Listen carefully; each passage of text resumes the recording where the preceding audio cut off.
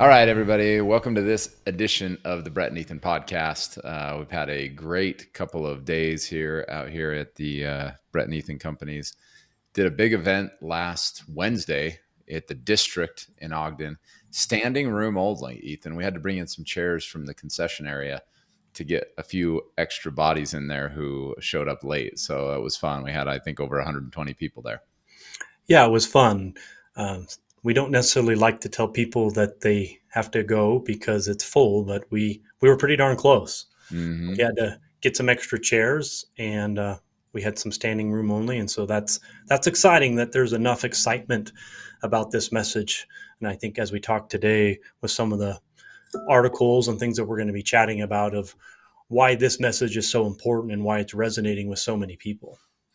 Well, and if you haven't seen the movie yet, you can request a copy. We can put a link in down below where you can go request a copy to watch it.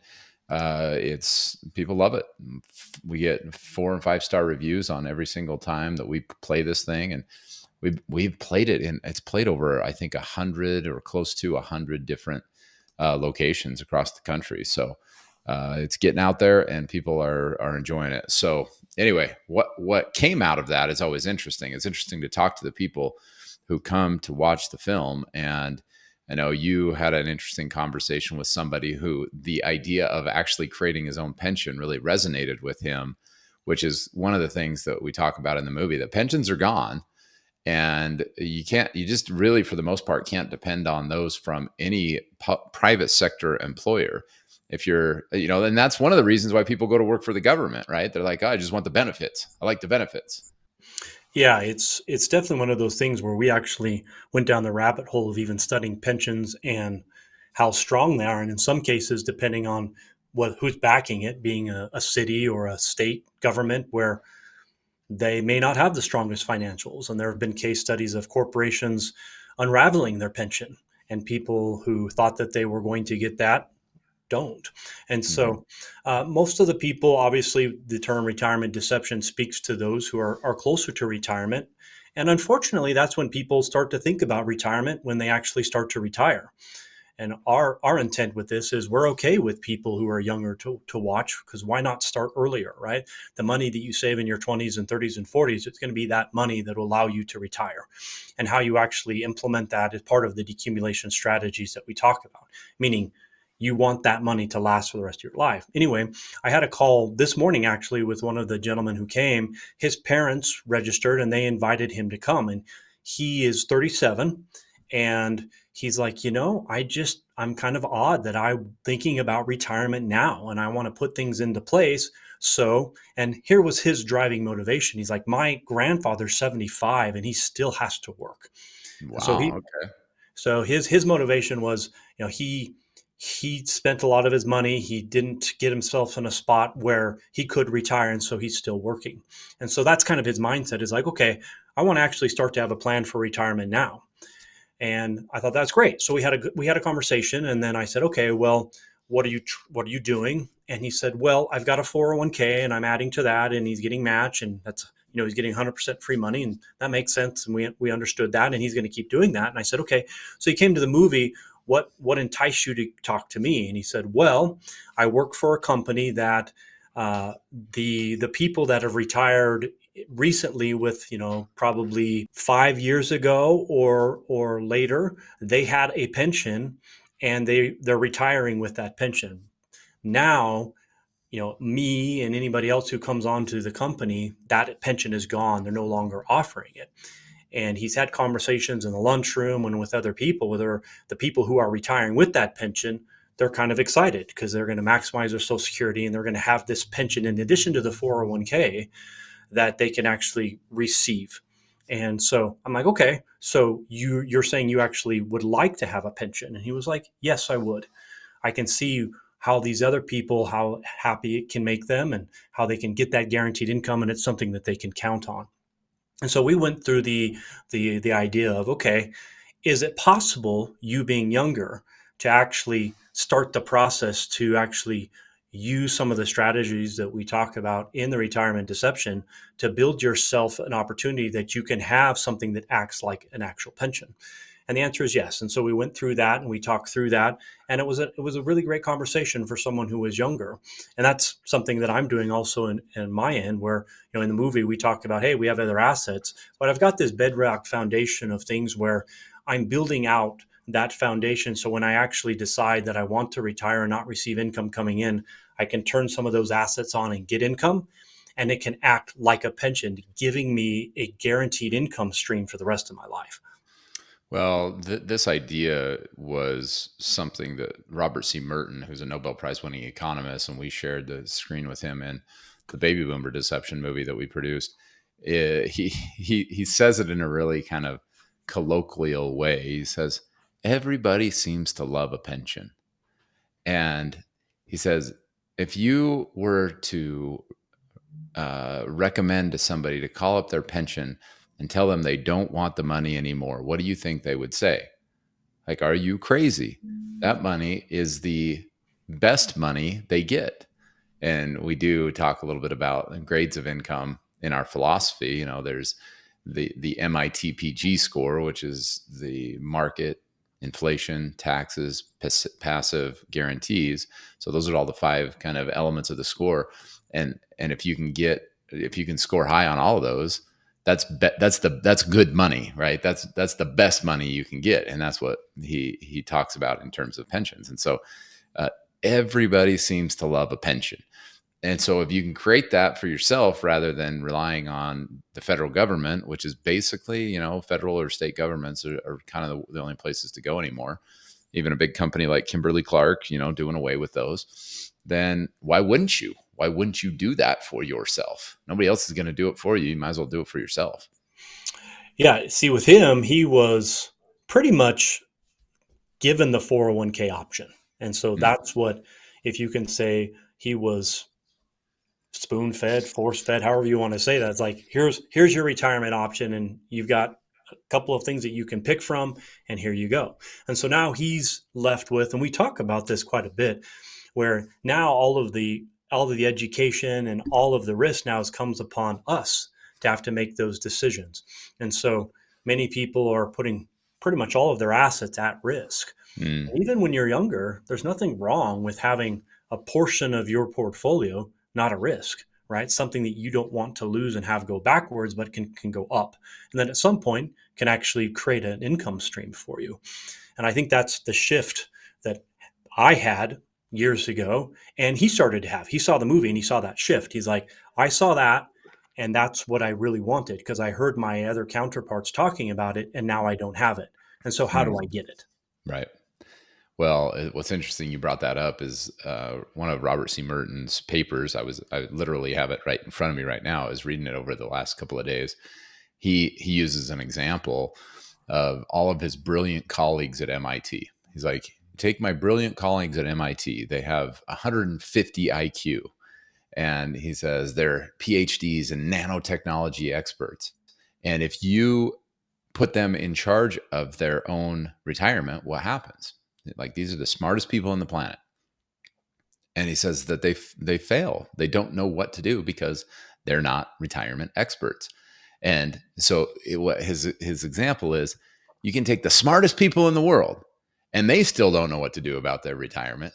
What is the average Joe supposed to do? The plumber, the HVAC guy, the person that works, everyday jobs. These people are not the smartest people in the world, yet they don't have to be if you know how to use the right tools and just create an income that is there for you every single month for the rest of your life. And so if you're thinking about, okay, I'm in this mode where I'm trying to figure out what the right way is forward for my own security, uh, it's simple, but it's not easy. Simple is different than easy. Simple is, okay, I know that I want to have an income that never runs out. Well, that's the simple part, understanding that and being clear on that. Even if you're 37, like this guy you're talking to, it's funny because it's like, why wouldn't you want to get started when you're 37? Because if you start like we did, we were in our 30s when we got this kind of stuff started. We just stand to either be able to retire with way more money than everybody else or retire way earlier than everybody else, which probably we're going to get both. And so why would you not want that? Oh yeah, you can continue risking it, and then you have a big crash and you suffer a setback, then you still have to work for another 5 or 10 years. Like, who wants that? So that strong foundation that we talk about, locking in the lifestyle, that should start when you're young. Why wouldn't you want to do that? Yeah, the other interesting thing that he brought up, he's obviously a generation underneath me, and so I always grew up thinking that I could make more than my parents, Hmm. right? That I could save more, and that's kind of been a thing with me. Like kind of knew where my dad retired, and I'm like, okay, I'm going to do better than him. That was kind of my mentality, and I believed I always could. He said to me, I talk to my friends, and we just don't believe that we're going to make more than our parents, and I think that I'm going to have to always work. And so before he came to the film, that's what his mindset was. After the film, it gave him some hope that, hey, maybe it is possible that I actually could put some stuff into place, that I could retire and Mm. have a lifestyle and lock it in and not have to work for the rest of my life. That was the other interesting part of that meeting, which was his mindset.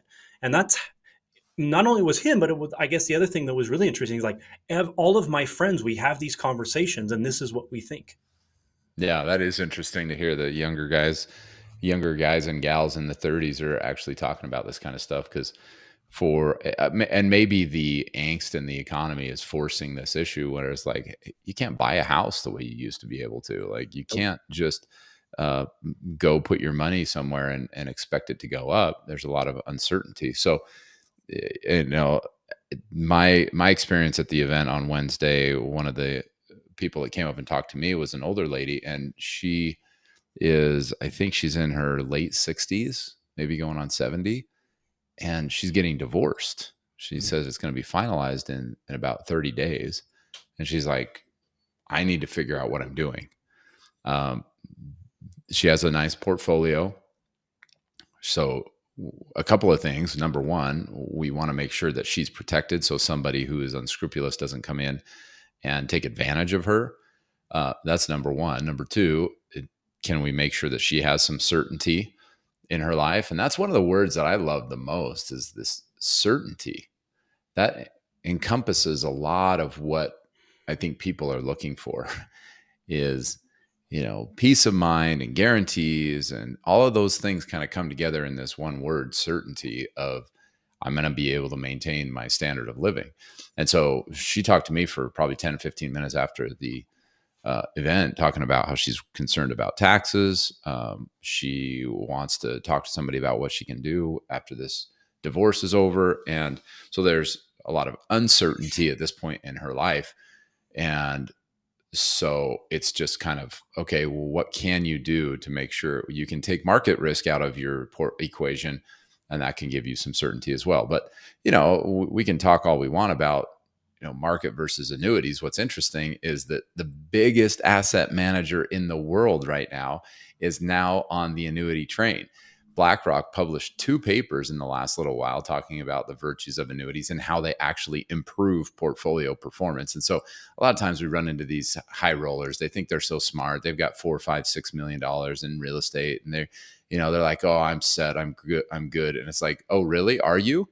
Because if you really knew what you were doing, you would add annuities to your portfolio, because that's going to actually improve the overall performance of the portfolio and the income that you can take off of it. So anybody that talks about the idea of annuicide, or that's just for the losers who can't figure out how to do their own investing, are dead wrong. And they're actually the losers who can't figure out how to actually get the best returns on their portfolio, because the math and the science are hitting you right there in the face if you look at it. And so you just read another update from BlackRock that they're actually including this into their retirement plans now. Yeah, they have their Life Path Paycheck program, which combines the target date funds with the lifetime income option. And so, as I understand it, people within that fund will be able to shift up to 30% of what they have into an income stream or an annuity. And so it's just interesting to see Larry Fink, who some people would say might be the most powerful man in the entire world, CEO of BlackRock. Definitely a smart guy with what he's done. And he thinks this is going to be the future of the company. So Morningstar, I have used Morningstar in the past. They've had good ratings. They actually came out with a report scoffing at the idea that annuitization options will have much of an effect on the US retirement plan option. And part of what they're saying is because consumer demand is low. And so my my reaction to that is, well, if you educate people on what locking someone's lifestyle in, and we're seeing that through this movie, their perception changes, right? If all they believe is that a 60-40 stock and bond portfolio with an accumulation model moving into retirement as a way to retire, which is what we've been taught over the last 40 years, is the only way to do it, then of course the demand, in my opinion, is going to be low. There's some education that's needed to let people understand why doing that is actually going to benefit them. And as Well, they yeah, get that education, they're made to look like fools and feel like fools. right? We just had one of our clients call his broker and tell him that he's going to move his money, and the guy's like, "Oh, this is so below me, right? These products are just they're for chumps and suckers." That's basically what his approach was. So what do you think consumer demand is going to be when the financial advisors lose the business and lose the income that they make off the business from AUM when somebody decides to put it into an annuity? They're going to make them feel stupid. And that's what the whole Wall Street machine has been about for the last 20, 30, 40 years. Well, what's happening now is they are losing a lot of assets to annuities. Consumer demand is not low, it's growing every single year. And so, what does the biggest asset manager in the world do? Oh, well, maybe we should take a look at this and offer this as a strategy. Don't get me wrong. I'm no Fink lover. I think he could be one of the worst people in the world, in addition to the most powerful people in the world. But that doesn't change the fact that I can look objectively at what he's doing and say, yeah, that's not surprising because this is what people are looking for. Consumer demand will be high because this is what they're looking for because they don't have the security of a pension, and Social Security, according to Olivia Mitchell, is probably going to take a 30% haircut in the next 10 years. Yeah, it was interesting on the recent conference call. He said, I believe it will be the most used investment strategy in defined contribution plans. That's a pretty powerful statement Yeah, from him. that is. So, as we look at what we're doing here, it's not just buying annuities. Obviously, they're probably going to be selling variable annuities with an income rider with a bunch of fees, and you just got to be really careful of that because those fees can absolutely destroy your returns. Who was it? The founder of Vanguard, Jack Bogle, does a really cool analysis of fees. And so if you're interested in learning more about how fees impact your retirement, just search YouTube for Jack Bogle fees, and he'll show you how basically 80% of the profits go to the fund managers and 20% of the profits go to the investor. And you put up all of the risk, or you put up all of the capital, and you take all of the risk, and they take 80% of the profits. And you're like, how's that possible? His model shows it out, compounded over 30 or 40 years. When you're paying 1, 2, 3% in fees, most of the actual growth goes to the fund managers. It's crazy. Like when you see this, it will blow your mind because you're like, is that actually true? And the math doesn't lie. Those guys want their fees, and they're going to get one way or the other. And so, what are these big institutions doing, Ethan? They're starting to sell annuities. They're starting to sell crypto. They're going where the future is. And first of all, they went out and got all these ETFs approved, and so they can charge money on crypto because so much money is flowing to crypto and their clients want it. So what? Well, I guess we'll offer it to you and we'll charge a fee on it. Same thing goes with their annuity and their income planning. Yeah, it was one of those things. I think it was a couple of years ago. I heard from a gentleman, and I've always remember it because I believe it to be true, which is you can never go wrong betting on Wall Street's greed. And it's probably true, right? When you look at, why are they shifting here? Is it good for the consumer? Like you said, it really depends on what products are being offered and what are the fees included. So obviously do your research and understand and talk to someone who can really educate you on the proper way to do that. At the same time, you need to understand why are they doing it? There's a lot of money in it for them as well. Yeah. So I think that's a good point. Is The word annuity, the category of product is large. There's all kinds. There's MIGAs, there's index, there's immediate, there's variable, there's hybrids. There's all kinds of different products out there. And so to say annuity good, annuity bad is just stupid. So you have to say, okay, what category of product is what I'm looking for, right? A car is a category of product. Are cars good or cars bad? Well, that's a stupid question. And so there's some cars that would be better for your particular needs, whether that's hauling a big load or getting better gas mileage or hauling a family or just a race car for fun. Like there's and then there's brands of cars. Some cars have really good reliability, others do not. So to categorize anything that broadly is just ignorant. So then you got to go a little deeper and say, okay, well, what am I trying to accomplish, and is there a good product in that area, the arena that would provide me with what I'm looking for?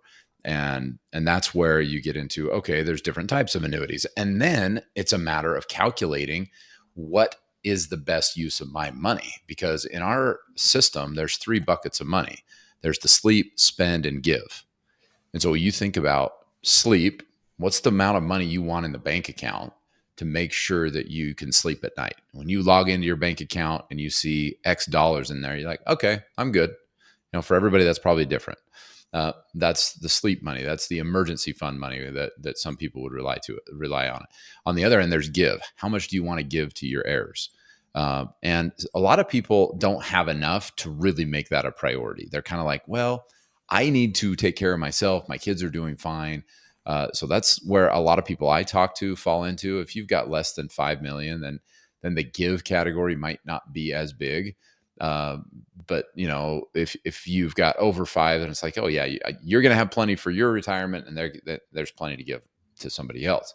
But there's that. Then there's the spend category in the middle, which is how much do I intend to use for my own retirement. And if you can identify that, then the question is, how do I optimize that? How do I get the very most out of that?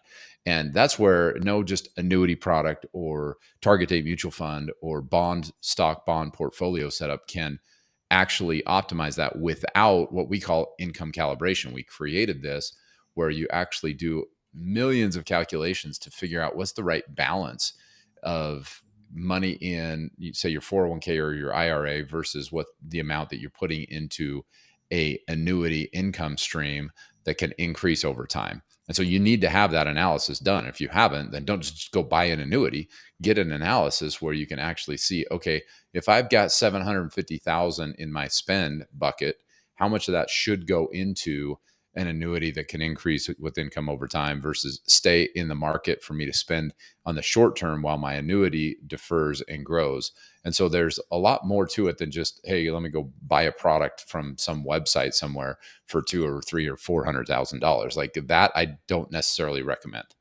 Yeah, well, that's why we wrote the paper, The Fallacy of Fixed Income, because people hear this and they're like, okay, I'm just going to go get as much guaranteed income. Well, a subset may feel like that's the answer to your retirement equation. And it's not, right? Because there is that two big elements that if you, let's say I retire tomorrow and I move a large portion of my portfolio and I get it locked into a fixed income and it can't go up, then rising inflation and rising interest rates can reduce the impact of that significantly, where the actual dollar power can go down. And Mm-hmm. so that's why we talk about income calibration, because there's a formula scientifically to this where there's a certain percent that you can obviously calibrate now, but you obviously want to be careful to make sure that as time goes on that you're calibrating that income to keep up with inflation as well as keep up with rising interest rates, or like the environment we have right now where both are an issue. Yeah. Well, and that's one of the things that happens in the movie. You talk about people who feel pretty good right now because they got a pension, but that pension's not going to keep up with inflation. That Social Security is not keeping up with inflation because they're only giving you 2%. Now, some people will say, well, yeah, but it's designed to. It's not designed to keep up with 8 to 10% inflation. And if you go to Shadow Stats and look at what the real inflation rates are, you can basically double or triple whatever it is the government's telling you right now as to what the real cost of living is when you include energy, food, and the staples of living. They've changed the formula several times to make inflation look like it's lower than it is so people don't freak out. Well, when you go look at the grocery bill and it's 40% more, this is proven 40% more for groceries in the last 4 years. What does that equate to? That's not 4, 5, 6, 7%. That's 10% or more. And it's really probably more than that, because what they do is they shift. So this is interesting. They shift from categories that are most expensive. So if meat, if steak, if beef went up 30 or 40, they say, well, you can just move that into chicken, and chicken maybe only went up 17% or 20%. And so therefore, instead of, well, you can still survive living on chicken, can't you? Can't you, you paupers, you losers, you fools in the American, just the American masses trying to stay alive? Quit eating steak. It's the whole moment of let them eat cake that everybody, that the federal government does to the population to make them think that inflation is really not as bad as it is. Why don't you, did you hear, I don't know if you heard this one, Ethan, the president of Kellogg's cereal, or General Motors, General Mills, I'm not sure which one it was. He's like, people should really just start eating cereal for dinner because it's way less expensive than meat and actual real food. Did you hear that? No, but I'm Oh yeah. laughing because that's ludicrous. So yeah, you know what? Cereal is so healthy for us. Why shouldn't we just eat that for 3 meals a day? Yeah. It's just, that's the way they think about people. They are at the top, you are at the bottom. You should just eat ramen noodles and macaroni and cheese and cereal for the rest of your life and quit complaining that steak and beef are so expensive. Yeah, it's interesting once you actually start to educate yourself to realize, what you're being fed from the top down. You start to think about, okay, well, what's really being pushed, and meaning what is being set up for me in retirement. Now, in Baby Boomer Dilemma, we really talked about these two ideas of the two plans that you can actually have, right? And that went back to the conversation that I had with the gentleman earlier, is he was pushed to have a 401k plan, and up to this point was like, hey, this is my only option. I'm max funding it. He's paid down some debt and he's got this extra discretionary cash flow, gets educated on, okay, how could I actually lock my lifestyle in? Is it actually possible? Or do I have to believe what's being fed to me? And he's like, I Mhm. don't have to be fed. And that's part of the deception, right? What we're being fed. And so great conversation, because now he's been enlightened. He's like, you know what? I want that bedrock foundation. Sure, I'll have some assets that are at risk and I'm going to accumulate those because I'm 37 and it makes sense for me to do that. But I also want to build that foundation so it's strong. So if you do have an economy that goes backwards, for example, or if you have a stock market that crashes, that for that bedrock foundation, those assets won't go backward and at least will be protected. Well, I think we hit that, covered that for the day. Anything else you want to cover today before we wrap up? No, I think that's good. We discussed the event. We've got some more coming down the pike. We're excited to get the movie out, and it continues to play across the country. So, like Brett said earlier, if you haven't had a chance to go and watch it, we invite you in a local area if you get an invite to do that, or reach out to us and we can get you access to it so you can watch it. Yeah, you can check out retirementdeception.com. You can see the trailer there. You can request a viewing.